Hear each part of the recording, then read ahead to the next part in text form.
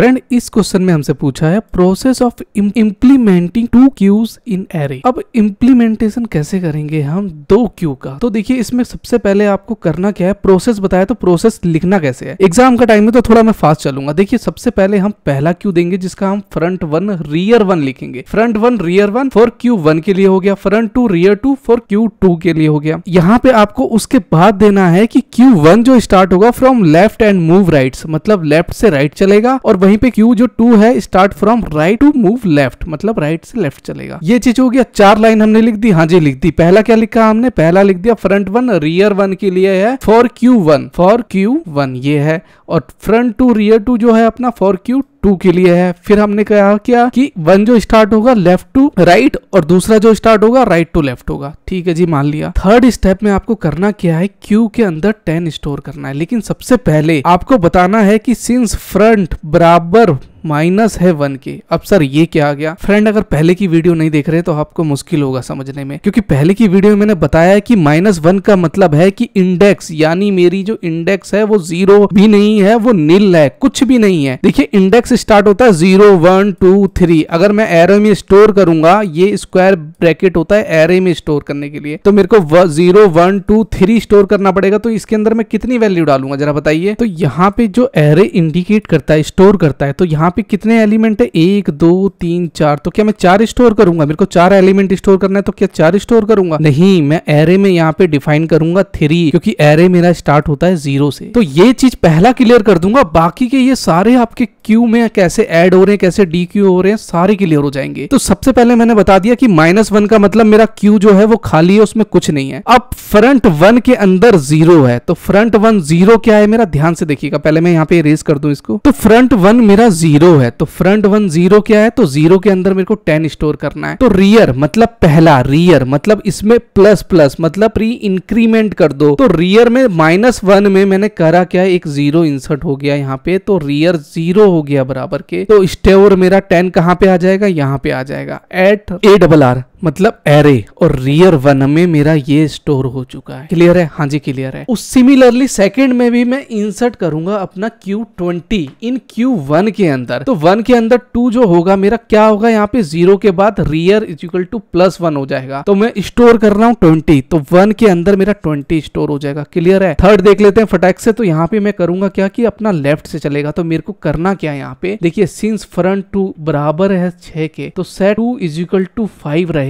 अब ये क्या बला आ गई यहाँ पे? तो ये 5 क्यों हो गया? क्योंकि क्या है, देखिए 1 2 3 4 5 6 एलिमेंट है, लेकिन फ्रंट 2 किसकी बात हो रही है? Q2 की। तो यहाँ पे ये 5 कैसे आया? तो सब सिंपल एग्जांपल है कि रियर 2 आपका माइनस में मतलब डिक्रीमेंट में चलता है। पहले की वीडियो आपके लिए बहुत ज्यादा फायदेमंद होगी। अब यहाँ पे ये 5 क्यों आया? तो दे माइनस कर रहा है, मतलब 6 में से -1 कर दो, डिक्रीमेंट कर रहा है, तो यहाँ पे 5 आ जाएगी। तो 5 आ जाएगी तो क्या मेरी कंडीशन स्टोर हो जाएगी यहाँ पे? हाँ हो जाएगी। क्यों? क्योंकि क्या है यहाँ पे? देखिए 0 1 2 3 4 5, तो 5 एलिमेंट्स है, तो यहाँ पे ये 5 से मीट हो जाएगा। तो इसीलिए रियर 2 आपका 5 है। ये आपका मैंने क्या बताया था कि कहां से चल रहा है? अपना राइट टू लेफ्ट चल रहा है। इसी तरह सिमिलरली अपना पूरा काम करेगा। तो हमने यहाँ पे देख लिया कि प्रोसेस ऑफ इंप्लीमेंटिंग 2 क्यूज कैसे काम करते हैं, एरे में कैसे स्टोर और कैसे इंसर्ट कर सकते हैं। जल्दी से एक्सप्लेन करूं तो process of calculation storage complexity with an example. अब स्टोरेज कॉम्प्लेक्सिटी क्या है? तो यहाँ पे आपको सबसे पहले ये जानने की जरूरत है कि एक इंट कितना बाइट ऑक्यूपाई करता है। सबसे इंपॉर्टेंट यही है। तो देखिए यहाँ पे array store n integers 4n bytes, तो मतलब एक 4 बाइट्स ले रहा है। ठीक है, बाइट्स ले रहा है, ये फ्री हैंड इसीलिए चल रहा है ऐसा। अब यहाँ पे एक n आ गया, तो सर ये n क्या है पहले मेरे को बताइए। देखिए n वो नंबर होता है जो हमें नहीं पता। मान लो यूजर ने कोई एंटर 0 से लेके 100 तक में कोई एंटर किया नंबर, तो मेरे को क्या पता क्या एंटर किया यार उसने, तो हम उसको क्या एज्यूम करते हैं? n। जो नंबर आपको नहीं पता उसको हम n एज्यूम करते हैं। तो यहाँ पे 4n बाइट एज्यूमिंग 4 बाइट पर इंटीजर, ये चीज यहाँ पे बताया गया है। फॉर एग्जाम्पल अगर 2 लिया तो 2 × 4 यानी 8 बाइट्स आपकी ऑक्यूपाई हो रही है।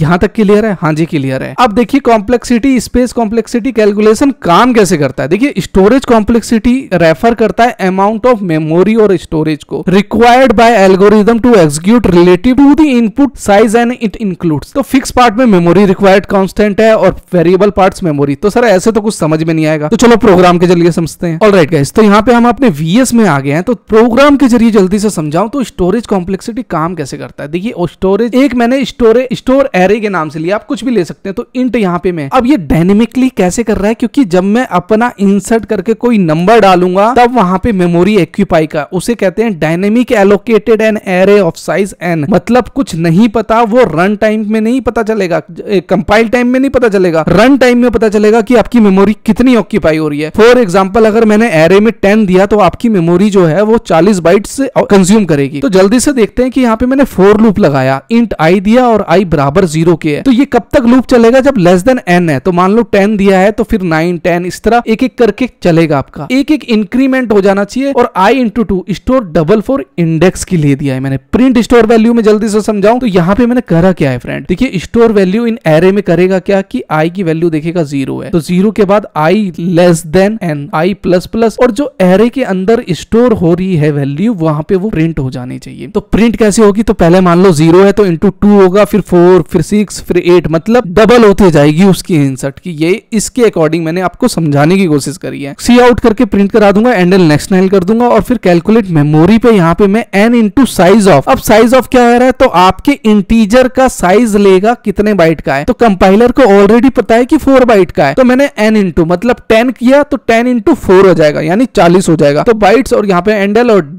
डिलीट हम यूज करते हैं सो दैट कि आपकी मेमोरी फ्री एलोकेटेड हो जाए, कंज्यूम ना करे ज्यादा। तो ये एक गुड प्रोसेस होता है, आप लिखना, इसे लिखना जरूरी होता है क्योंकि ये एक गुड प्रोसेस में माना जाता है। इन केस कहीं पे मेमोरी लीक हो रही हो तो यहाँ पे ये डिलीट का एरे आपका संभाल लेगा। मेन मेथड हमेशा कॉल करने के लिए होता है और इंट n पे करा और मैंने सी आउट करके बोला कि ये प्रिंट होना चाहिए, enter the size of array. तो सिन के अंदर हमने क्या करा, सिन यानी ये है अपना क्या है, सिन यानी n रीड करेगा यानी स्कैन करेगा। हम सी सीखते आ रहे हैं, सी प्लस प्लस सीखते आ रहे हैं, तो सी में क्या था अपना स्कैन एफ था, इसमें क्या है सिन है, तो ये क्या करेगा अपना रीड करेगा स्टोर एरे, किसको n, function call to store print array की वैल्यू को। तो जल्दी से मैं सेव राइट क्लिक करके रन करके दिखाऊं तो यहाँ पे मेरे से पूछेगा जो मैंने यहाँ पे दिया है enter the size of the array, तो enter the size of the array, let say यहाँ पे मैं 10 कर देता हूं। तो यहाँ पे स्टोर वैल्यू इन एरे, तो यहाँ पे स्टोर वैल्यू क्या लिखा हुआ था, यहाँ पे अगर देखेंगे स्टोर वैल्यू इन एरे, तो लूप चला, तो लूप चला यहाँ पे, तो इसने करा क्या कि अपना लूप चलते गया अंटिल लेस तक जब उसकी कंडीशन मीट ना हो गई, मतलब i जो है 10 के बराबर ना हो गया तब तक वो टर्मिनेट नहीं हुआ। और उसने करा क्या, मैंने यहाँ पे क्या बोला था कि i इंटू 2 से, i इंटू मतलब 2 होगा, फिर 4 6 8 10 इस तरह 18 करके आ गया अपना। तो यहाँ पे 1 2 3 4 5 6 7